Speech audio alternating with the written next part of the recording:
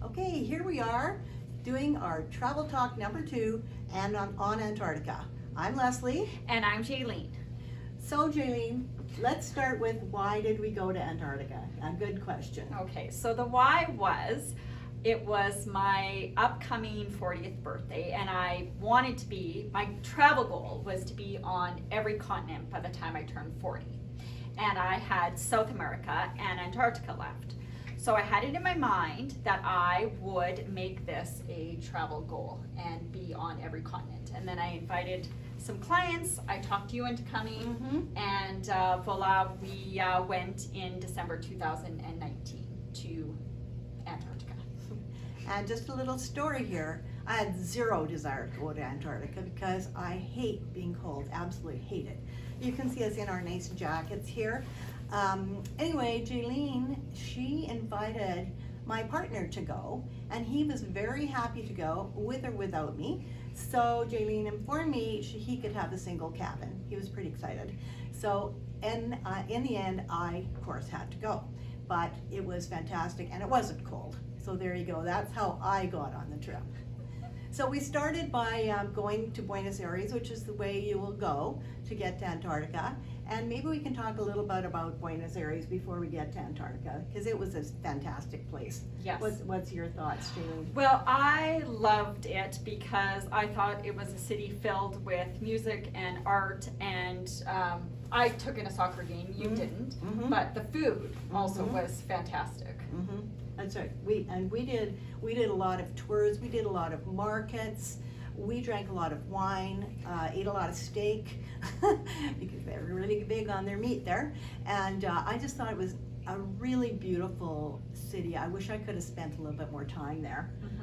We only had 3 or 4 days, if I remember correctly, and before we flew off to Ushuaia, which is where our ship left from. So speaking of, should we go to Ushuaia? Yeah. Okay, so we flew into Ushuaia, which is the most southern part of Argentina, which is the starting point to head off to Antarctica. And we had pretty much a morning there, which was, I think, all that you really need. There's a couple of museums, you get a quick lunch, and then you board the ship. And how was that experience getting on the ship? Well, you know, everybody's pretty excited. I think for Antarctica, you don't really know what to expect, really.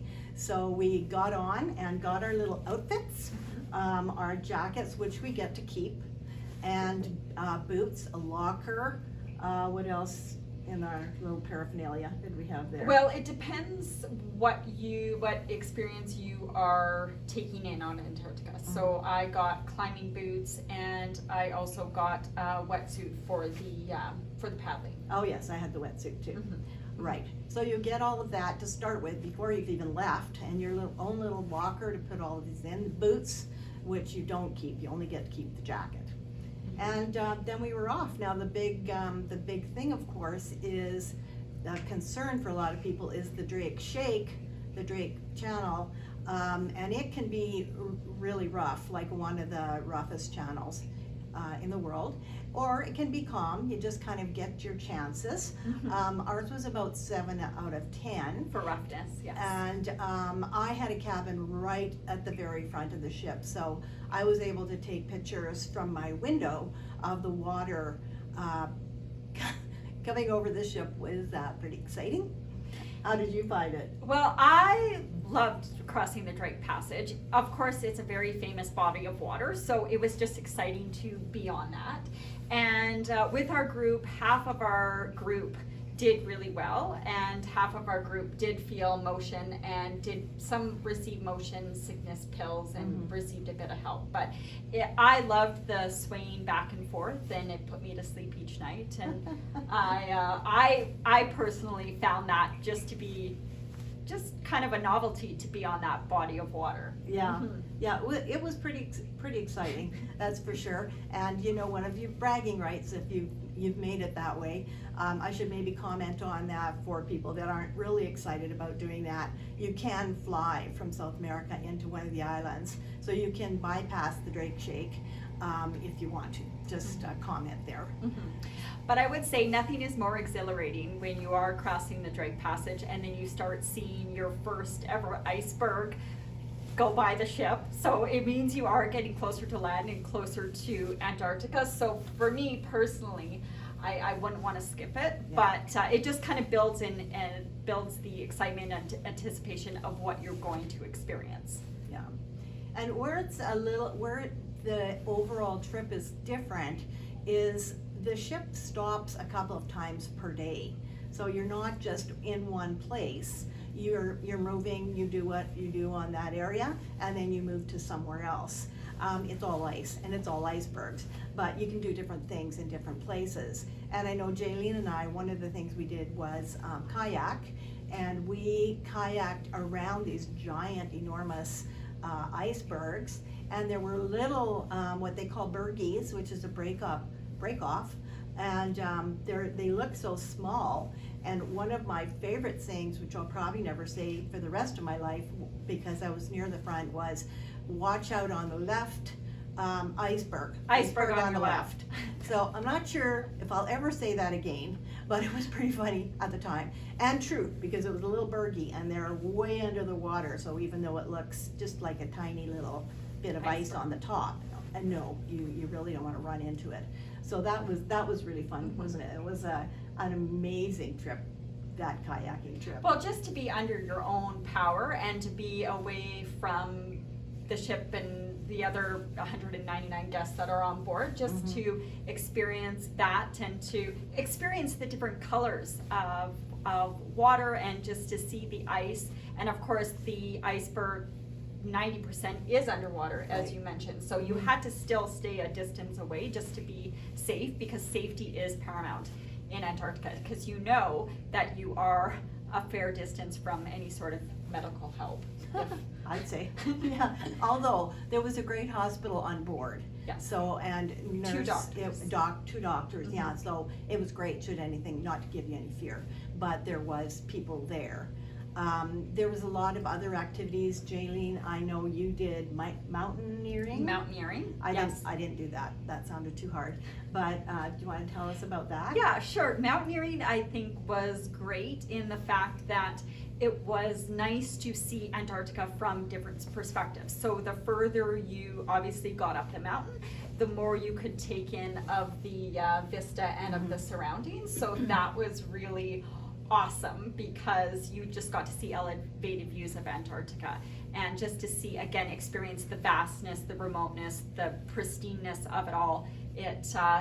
You can't get that just from the ship.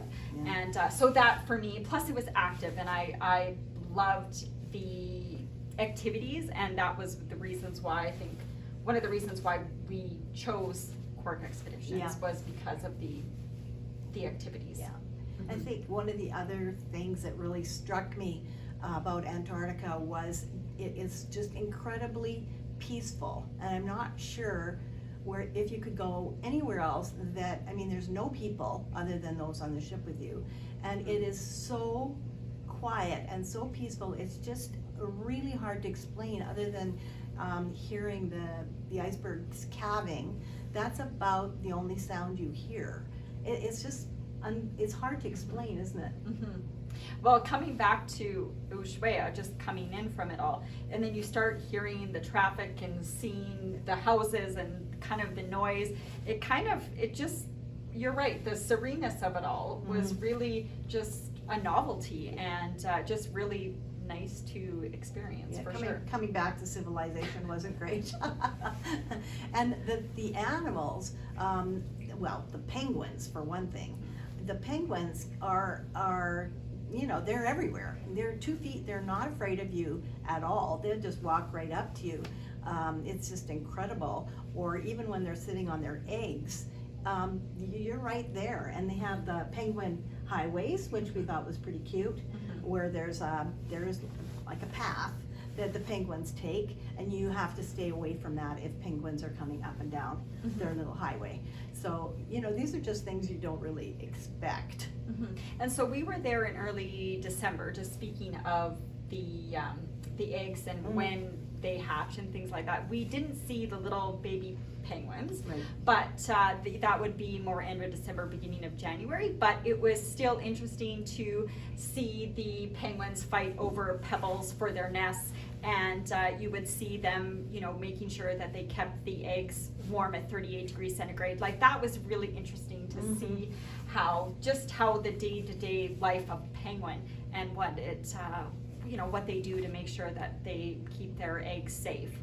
Yeah, that was amazing. And one of the, I think what you really don't realize, or at least I didn't, was to be so close to the ice. So whenever you got off the ship, you got on a Zodiac, which is an icebreaker as well, the Zodiac, and you literally touch the ice on the side of, I mean, you can just pick up the ice as you're crushing through the ice. You're literally crushing through the ice. I mean, it's amazing. And sometimes you can just stop and watch whales. You can watch the penguins jumping in the water. I mean, it's right there. There was that one time our guide, Tom, that was the whale whisperer, we called him, because he always knew where whales were. I don't know how he ever did that, but because everybody went different directions on different Zodiacs, so to see different experiences, but he was amazing. And those whales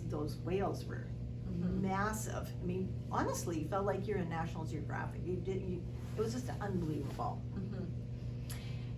And with that, just speaking of Zodiacs, and we didn't finish off the activities. Oh, right. So I'm just gonna go back and speak on that, because one of the activities that I definitely wanted to experience was camping on the seventh continent. And this was something where the Zodiacs took whoever was signed up, and we were dropped off on a slab of ice with our sleeping bags and our mats, and it wasn't cold. Again, I wore our layered pants, and I wore this jacket and had a toque on. But you're given a mat and you're given a sleeping bag, and I was worried about the bathroom situation, but they do actually provide a place for you to use the washroom, and of course they bring that back on board, because nothing is left on the ice. So it was something where it didn't get late, it didn't get dark until about 11 o'clock at night, and to see the sunsets in orange and purples and pinks and yellows was just really something quite spectacular. And it was such a clear night with stars, and again, just the ship moves, so there's no light pollution, there's no noise. So again, it's just you on the seventh continent in your sleeping bag. And you aren't given a tent, so you're literally sleeping under the stars, which is exciting. And again, they pick you up in the morning once you've had your experience, and they bring you back. And of course, there's someone from the company that is taking care of you in case you have any questions or if there's any issues. But it was just an awesome experience to be able to camp on the seventh continent. Well, Wimpy Lesley missed out on that as well. It sounded just a bit too cold for me. But the other thing I wanted to say, when you were mentioning how calm it is the reflections of these ice. It's unbelievable. You can see them at the ice, but it's reflected in the water. It looks like a stubble. I mean, it's just so amazing. You really just can't say enough about it. Then we went to the only place we ever saw any people was that Port Lochroy. Lochroy? Yeah. Yeah, and it's quite famous. And the thing I found about that is amazing. There's 6 people they're from the UK. They apply for this job for 6 months in this little place which they all sleep in together, and they have a little post office and a little store, but they're there to count penguins and the eggs and things like that. They don't get paid. It's a volunteer thing. They get a shower when a ship comes by, which was a problem in COVID because there's no ships coming by. But I just couldn't believe how somebody would really want to do that for 6 months. But it takes a special person. Loved it. They absolutely loved it. I did ask if they all got along, still getting along, and they were happy. They were.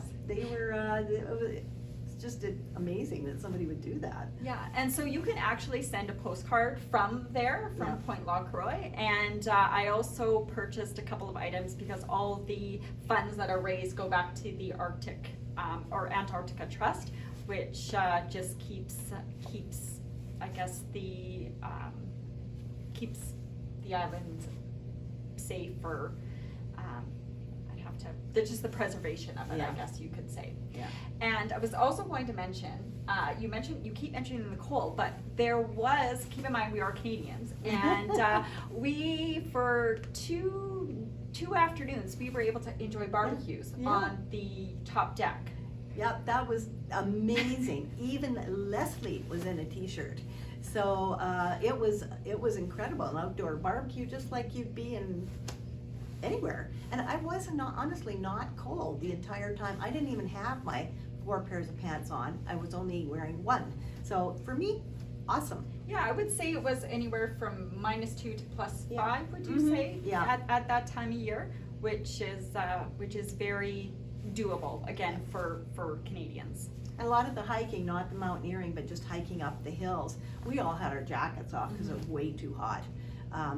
It was like spring hiking. It was really amazing. And those lunches out on deck, moving, I mean, who would think that would happen? I didn't think about it, but I thought that was just amazing. And a lot of on ship, we had a lot of speakers, so we were educated on, the animals, all about Antarctica, the history, and the guides were out of this world. They were so knowledgeable and so interesting and fun. Yes, and fun. And the clientele on board, I think, I'll just speak to that. I mean, Mhm. it was a range of clientele, younger folks, older folks. I think the draw is just the adventure, just the learning aspect, it isn't, obviously, it's something where not everyone can go to Antarctica because, I mean, there's only so many people allowed each year, and it is an experience that it might not be on everyone's list, but it should,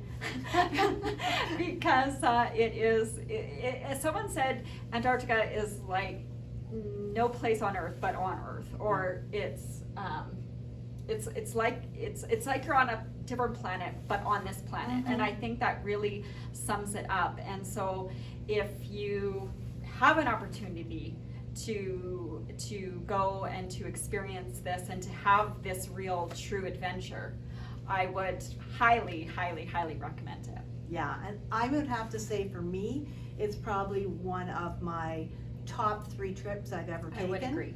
And, it's hard to compare sometimes. You can't really compare Tahiti to Antarctica, but Antarctica has, so much experience. You really feel like you've done something incredibly different.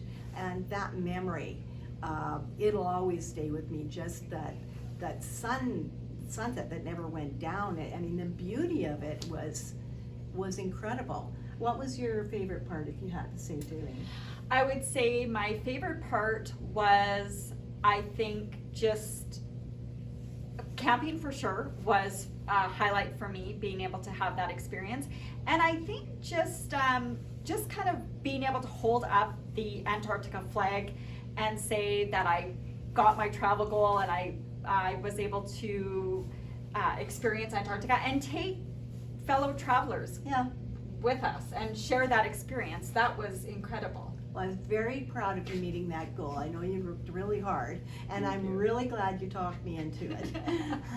I think for me, the memory I have probably the most was being in that Zodiac icebreaker and crunching through the ice, wondering, are we ever going to make it through this ice, or are we going to be stuck there? I mean, there was some parts the ship couldn't even get through, but the Zodiac could. So that was just a really incredible experience for me. So That's my favorite part. Oh, talking about experiences. Okay, I forgot about the polar plunge. Oh, Okay. How could you forget that? I know, it was freezing. So the polar plunge is where you literally, you're tied, obviously for safety, to a rope, and then you jump into the freezing water without a life jacket. So you're just in your bathing suit and you jump in, and then I got out as quickly as possible and into the hot tub because it is freezing, but it's worth it obviously for the experience, and I just had to do it because it was offered and I just wanted to have that experience. So You're a brave little soul. That would not be me either. I'm feeling pretty wimpy here.